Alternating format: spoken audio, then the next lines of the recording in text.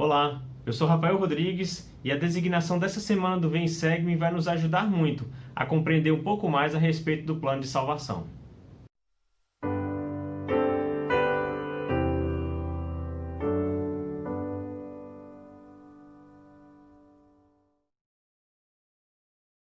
Esta semana, dos dias 27 de julho a 2 de agosto, temos como designação Alma, capítulos 39 a 42.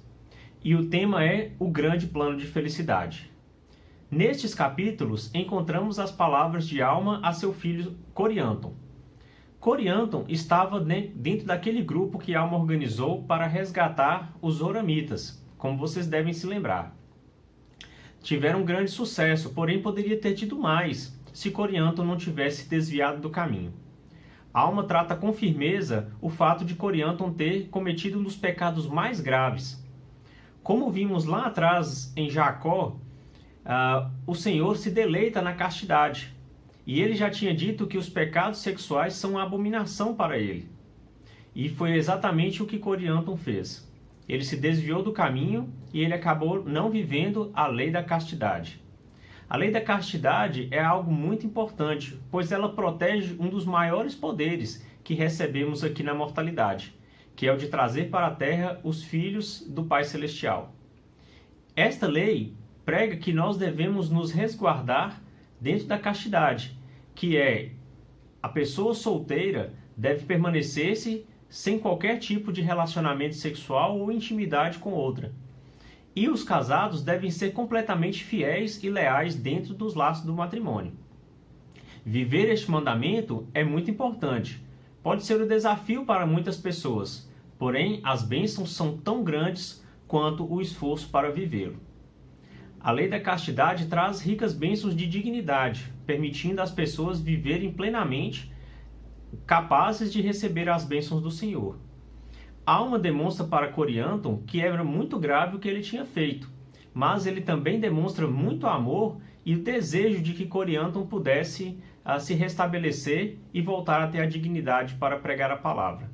No capítulo 39, versículo 9, vemos que Alma diz o seguinte: Agora, meu filho, eu quisera que te arrependesses e abandonasses teus pecados, e que não mais sucumbisses à concupiscência dos teus olhos, e que abandonasses todas essas coisas.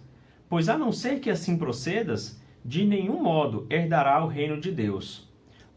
Lembra-te e decide a abandonar essas coisas. Bem, então ele está desejando muito que o filho dele possa abandonar o pecado e voltar para o caminho correto.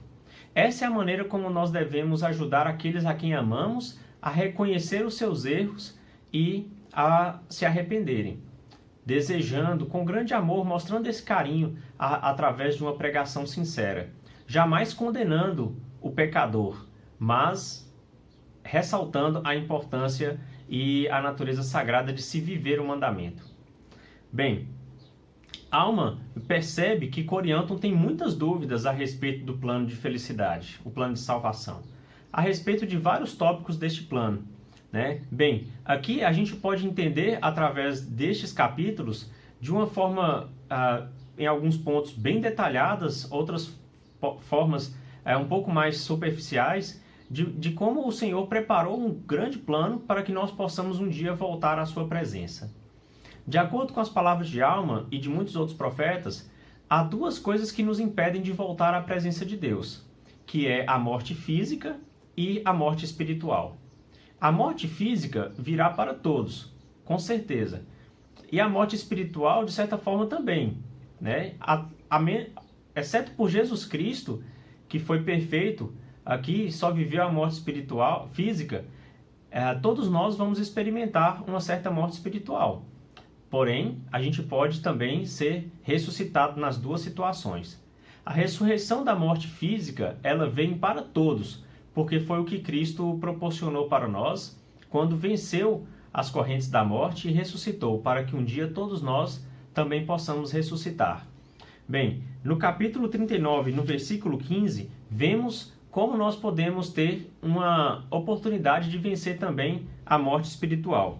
No versículo 15 do capítulo 39, lemos: E agora, meu filho, eu desejaria falar-te algo a respeito da vinda de Cristo. Eis que te digo que, sem dúvida, será Ele quem virá tirar os pecados do mundo. Sim, Ele vem proclamar boas novas de salvação a seu povo.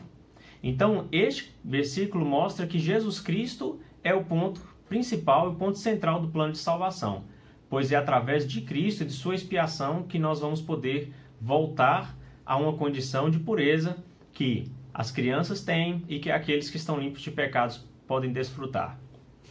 A morte, como sabemos, virá para todos, porque desde quando Adão e Eva, transgrediram, comeram do fruto e assim eles não poderiam permanecer vivos para sempre no pecado, o Senhor impôs a morte física, pois um dia a alma será separada do corpo, assim como aconteceu com Jesus Cristo na cruz.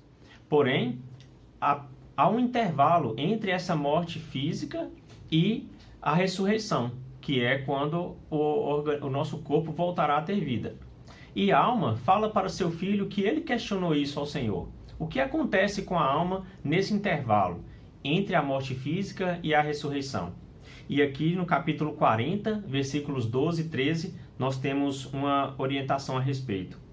Que o espírito daqueles que são justos é recebido num estado de felicidade, que é chamado de paraíso.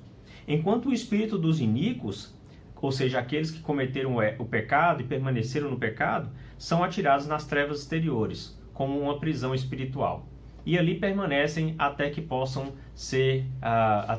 ressuscitar. Porque no processo de ressurreição acontece algo maravilhoso.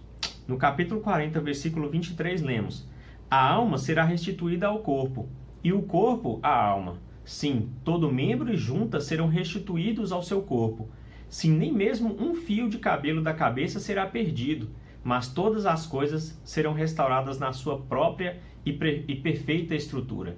Então isso aqui é uma grande notícia, uma grande orientação, uma verdade que nós precisamos nos regozijar, especialmente aquelas pessoas que sofrem com algum tipo de limitação física, com uma doença crônica, com algo que permanece por sua vida e que sente tanta falta e tanta dor e tanta dificuldade com o corpo físico. Eles podem ter certeza a partir dessa doutrina, a partir dessa verdade, que um dia vão descansar e vão se livrar de todas essas aflições, pois terão um corpo perfeito, graças à ressurreição de Jesus Cristo. Bem, essa ressurreição vai acontecer para que nós possamos ser levados a julgamento, né?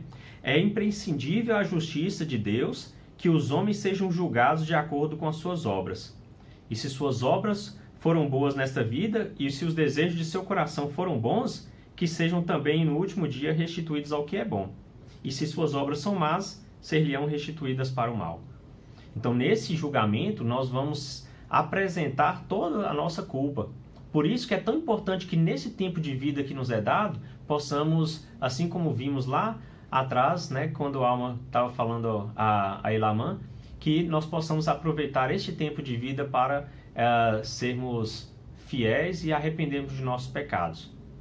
Bem, a partir desse plano de salvação, após o julgamento, então vamos herdar um reino de glória, que nós podemos aprender em outras escrituras, que o Senhor reserva os mais altos graus para aqueles mais fiéis, e os reinos menores para aqueles que foram conforme o seu esforço aqui na terra. Saber sobre detalhes do plano de salvação é importante, mas não deve ser o nosso principal foco ou a nossa maior preocupação. A Alma deixa isso bem claro no capítulo 42, no versículo 29, pois apesar de falar muito a respeito de todo o plano, de nós precisarmos aprender sobre isso, nunca devemos nos desviar da nossa principal preocupação aqui nesta terra. Ele diz: e agora, meu filho, eu desejo que não te preocupes mais com essas coisas, e que deixes apenas teus pecados te preocuparem, com aquela preocupação que te levará ao arrependimento. Bem, nós precisamos saber, aprender sobre essas coisas, estudar sobre elas, mas não devemos tirar o foco do principal, que é reconhecer os nossos pecados constantemente, nos arrepender para termos esperança na expiação de Cristo e recebermos o perdão. Sei que é possível, sei que todos nós podemos um dia voltar à presença de Deus, pois temos um Cristo vivo, que fez tudo o que era necessário para desobstruir o nosso caminho de volta à presença de Deus. Que possamos ter isso em mente sempre, ficarmos firmes no caminho, desejarmos o poder da expiação em nossa vida e assim desfrutar um dia da alegria do reino celestial e da vida eterna. Em nome de Jesus Cristo, amém.